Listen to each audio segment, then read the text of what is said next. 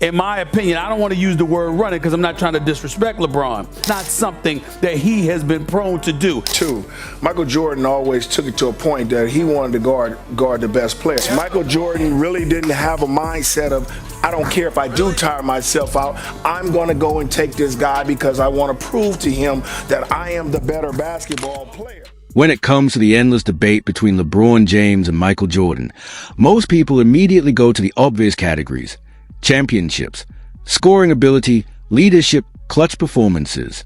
But there's another layer to this debate that often gets pushed aside, a layer that separates the good from the great, and the great from the untouchable. That layer is defense. Defense is where pride lives. It's where effort cannot be faked. It's where legends prove that they are not only willing to shine under the spotlight of offense, but also to grind in the shadows, possession after possession, refusing to give an inch. And that's exactly what makes this conversation so fascinating. Recently, Stephen A. Smith and Gary Payton, two men who know the game inside and out, sat down and broke open this very topic. Their words don't just add fuel to the fire. They give us a framework for examining why Michael Jordan's defensive legacy might just be the trump card in the GOAT debate. Over the next 7 sections, we're going to break down their points, analyze each layer of this discussion, and show why, when it comes to defense, the edge leans heavily toward Jordan. But before we dive deep, do me a quick favor. Subscribe to NBA Showdown, give this video a thumbs up, and drop a comment below. Do you think Jordan truly stands above LeBron as a defender, or does LeBron deserve more respect than he usually gets for his defensive brilliance?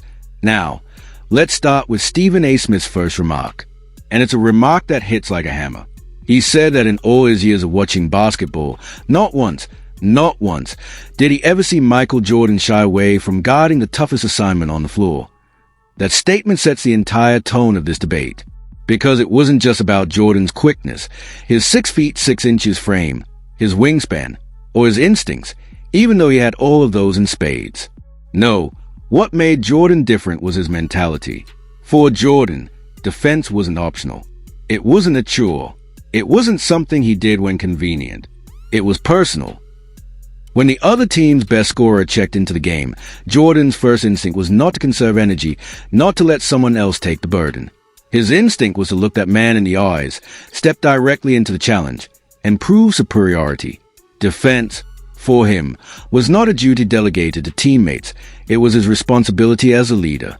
It was a matter of pride. And this is where the contrast with LeBron James begins. Now let's be clear. Nobody can deny LeBron's defensive versatility. He has guarded every position on the floor at one point or another. His chase down blocks are legendary. His ability to switch on to guards, wings, and bigs is something almost no other player in history can replicate. But here's the key difference. LeBron has at times chosen to avoid the toughest assignment. He has, by design, picked his spots defensively, conserving energy for the offensive responsibilities that weigh on him. Stephen A. isn't saying LeBron is a weak defender. He's saying the mindset is different. For Jordan, guarding the best player was never negotiable. For LeBron, it has been situational. And that right there is why Jordan collected 9 all-defensive first-team honors, why he won Defensive Player of the Year as a guard, something LeBron never achieved. Jordan treated defense like it was just as much a part of his job description as scoring 30 points. He wanted you to feel his presence on both ends of the floor. This isn't just basketball strategy. It's a window into competitiveness. Because while many superstars over the years have focused their greatness on offense, letting role players and specialists carry the defensive weight, Jordan flat out refused. He wanted to smoke every night. That's why Stephen A.'s observation is more than just a throwaway line. It captures the essence of Jordan's career. The willingness to embrace every defensive challenge wasn't just an extra point in his favor. It was a cornerstone of his legacy. A cornerstone that makes his claim to the GOAT title even stronger. My whole thing is this. Forget the Jordan LeBron comparisons per se. I've never seen Jordan run from a defensive assignment. In his follow-up, Stephen A. softens his stance ever so slightly, but he doesn't back away from making a critical point. He acknowledges that LeBron James has always had the physical tools, the size, the quickness, and the versatility to guard anyone on the floor. At his peak, LeBron could switch on to point guards, wings, or centers and hold his own. But Stephen A. reminds us that greatness is not only about what you can do, it's about what you actually choose to do on a consistent basis. And this is where the critique lands hardest. Stephen A. admits there are countless times he wished LeBron would have stepped forward, looked across the court, and taken the toughest defensive assignment without hesitation. Not occasionally, not in spurts, but night after night, possession after possession. Because that's what Jordan did. This is not an insult to LeBron's defensive brilliance. Anyone who has followed his career knows the highlights, the chase down block in the 2016 finals, the lockdown switches in playoff runs, the flashes of dominance that remind everyone what he is capable of. But as Stephen A. stresses, there's a distinction between being capable and being committed. LeBron is capable. But was he always committed to that role the way Jordan was? Stephen A. argues no, and that difference is critical. Why? Because the excuse has always been the same. LeBron carries too much of the offensive load. He is not just a scorer. He is the engine of his team's playmaking, their passing hub, their leader, and often their only consistent star presence. Naturally, when you are asked to do everything on offense, something has to give. And for LeBron, that give has often come on the defensive end.it makes sense. It is logical, but logic doesn't change history. Jordan never played that way. He never asked to conserve energy when it came to defense. He never once suggested that guarding the league's most dangerous scorers was optional. For him, it was about pride. It was about setting the tone. It was about making a statement that he was better than you, not just when the ball was in his hands, but when it was in yours. That relentless drive is what made Jordan unique. He didn't pick and choose when to turn on the intensity. He lived in that state permanently. He thrived in it. And that's why his legacy on the defensive side of the ball is remembered as legendary. LeBron, on the other hand, has flashes that fans will never forget. When he decides to lock in, he can erase scorers, shut down passing lanes, and take over defensively like almost nobody else. But that word, when, is a difference. Jordan didn't need the switch. He was already there, already locked in every possession. I will say this, there have been many occasions where I would have liked to have seen him accepting the tougher defensive assignment. At this point, Stephen A. pauses to add an important disclaimer. He makes it clear that he does not want to use words like running away or paint LeBron James as a player who simply avoids defense. That would be unfair and misleading. Because the truth is, LeBron has had stretches in his career, especially during his Miami Heat years, where he was not just good defensively, but absolutely elite. We are talking about a version of LeBron who could step onto the floor, pick up the opposing team's best scorer, and erase them from the game plan. That version of LeBron existed, and Stephen A. has the respect to acknowledge it. But here's where the line is drawn. LeBron, as great as he is, has never made defense his primary badge of honor. It has never been the calling card of his greatness the way it was for Michael Jordan.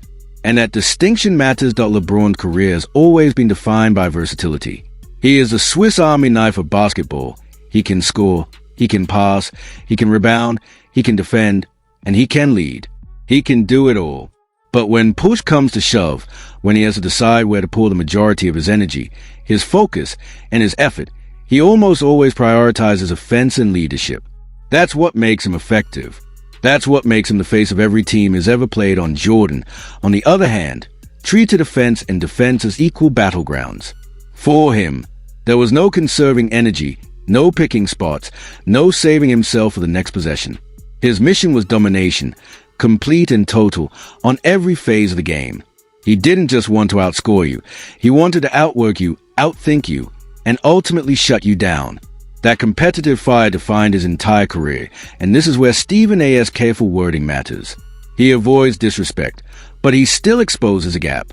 LeBron's defensive resume is strong, 9 all-defensive team selections, countless highlight moments, and a reputation as one of the most versatile defenders of his era. But Jordan's resume, that's something else entirely. It's not just about the numbers or the awards.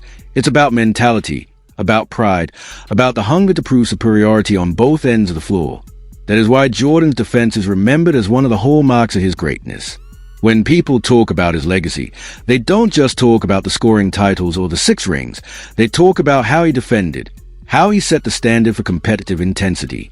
LeBron's defense, while highly respected, is remembered as a supporting piece of a much larger skill set. Jordan's defense, by contrast, was a defining feature of his dominance. my opinion, I don't want to use the word running because I'm not trying to disrespect LeBron. It's not something that he has been prone to. When Gary Payton, widely regarded as one of the greatest offensive guards in NBA history, speaks on defense, you listen.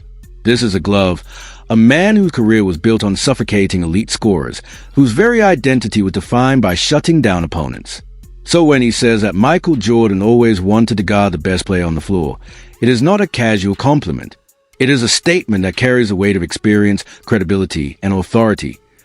What Payton is really describing here is the raw essence of Jordan's competitive fire. Jordan was not content with being the leading scorer in the league. He was not satisfied with being the global face of basketball. That wasn't enough. He wanted to prove, night after night, that he was the best player alive, not just on offense, but on both ends of the court. His mentality was simple. If the other team had a superstar, Jordan wanted him. He didn't duck matchups. He didn't strategize around conserving energy. He stepped directly into the challenge, head on, every single time. This is what made Jordan terrifying to opponents. He was the rare superstar who demanded the responsibility that most players tried to avoid. He never delegated the hardest assignment. He never allowed doubt about who the alpha was in the building. Jordan relished the one-on-one battles, because for him, greatness wasn't just about numbers. It was about domination. True greatness, in his mind, was defined not just by what you accomplished, but by who you conquered along the way now. Contrast that with LeBron James. LeBron's talent is undeniable, and his defensive highlights prove his versatility. He has moments, like the legendary chase down block in the 2016 finals, that will live forever. But his career has not been defined by consistently taking the toughest assignment. More often than not, LeBron's role has been orchestrator, facilitator, and offensive engine. Because of the massive responsibility he carried to create scoring opportunities for himself and his teammates, conserving energy became a necessity. He could dominate defensively when he locked in, but he didn't live in that state the way Jordan did. For Jordan, guarding the best wasn't optional. It was his duty. It was the way he asserted his dominance and cemented his aura. When Jordan stepped on the floor, everyone in the arena knew two things. He was going to outscore you, and he was going to hound you on defense until you broke. That dual threat is what elevated him into mythical status, and that's exactly what Gary Payton's words reveal. Jordan thrived under pressure. He embraced accountability. He didn't just want to beat the best. He wanted the satisfaction of personally dismantling them. This was his way of proving, beyond any doubt, that he was a superior competitor. This is why, when you compare Jordan to LeBron, the distinction becomes crystal clear. LeBron has relied on moments, on flashes of defensive brilliance, and often on teammates to carry the heaviest assignments. Jordan, meanwhile, lived for those personal duels. He craved them. He built his legacy on them. And that difference in mentality, highlighted by one of the greatest offensive guards to ever play the game, tells you everything you need to know about why Michael Jordan stands alone as a true standard of basketball greatness.